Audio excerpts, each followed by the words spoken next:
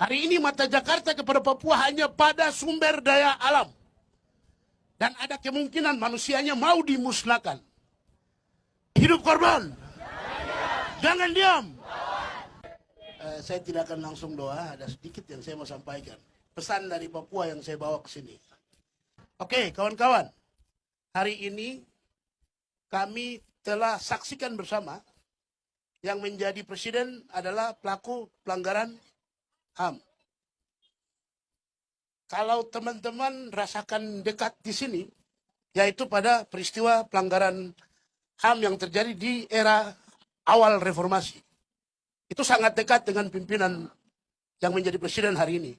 Tetapi kalau di Papua, yang paling dekat dengan presiden hari ini adalah kasus Mapenduma tahun 1995. Di situ Pak Presiden yang kemudian bertindak sebagai komandan operasi. Mungkin banyak yang belum tahu bagaimana catatan peristiwa pelanggaran HAM. Rumah-rumah warga dibakar. Ibu-ibu dikejar, anak-anaknya mati, ibu-ibu ditembak. Sampai gereja dan rumah-rumah warga dibakar.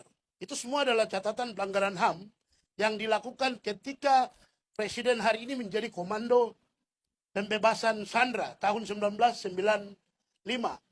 Peristiwa itu sampai saat ini belum pernah diproses hukum ataupun ditindaklanjuti oleh Komnas HAM yang waktu itu tahun 94 dibentuk.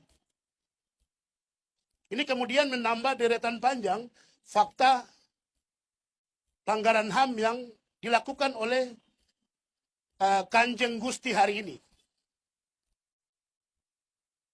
Nah, kita semua tahu kemarin di Monas telah dideklarasikan 5 batalion infanteri yang bertugas khusus untuk mengawal bahkan melaksanakan proyek strategis nasional pangan di tanah Papua.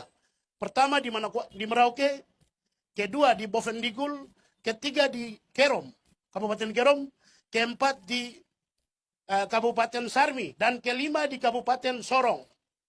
Teman-teman kalau bayangkan peta Papua, itu ada di bagian selatan, bagian utara, dan bagian barat. Itu artinya militer hari ini akan ada semakin banyak di tanah Papua. Dan artinya pelanggaran HAM akan terjadi. Dan itu akan menambah deretan panjang pelanggaran HAM yang telah terjadi dari tahun 1961 ketika Trikora dideklarasikan. Trikora dalam sejarah memori pasionis orang Papua itu adalah fakta agresi militer Indonesia terhadap Papua. Berikutnya dari tahun 1969 sampai dengan tahun 1999 reformasi itu adalah fakta kejahatan terhadap kemanusiaan melalui operasi militer yang dilakukan. Dari tahun 1999 dan ketika otonomi khusus sampai hari ini di tahun 2024 itu yang terjadi di sana adalah kejahatan terhadap kemanusiaan dan kejahatan perang. Hari ini teman-teman lihat, pengungsi tidak pernah dibicarakan oleh Jakarta. Jumlahnya sudah lebih dari 50.000 lebih. Yang ada di setiap daerah yang di situ akan dicanangkan proyek strategis nasional. Hari ini mata Jakarta kepada Papua hanya pada sumber daya alam. Dan ada kemungkinan manusianya mau dimusnahkan. Menggempur rejim Orde Baru yang paling baru, yang baru saja kemarin dilantik. Karena militerisme akan ada dari Sabang sampai Merauke. Mari hidup korban. Jangan diam.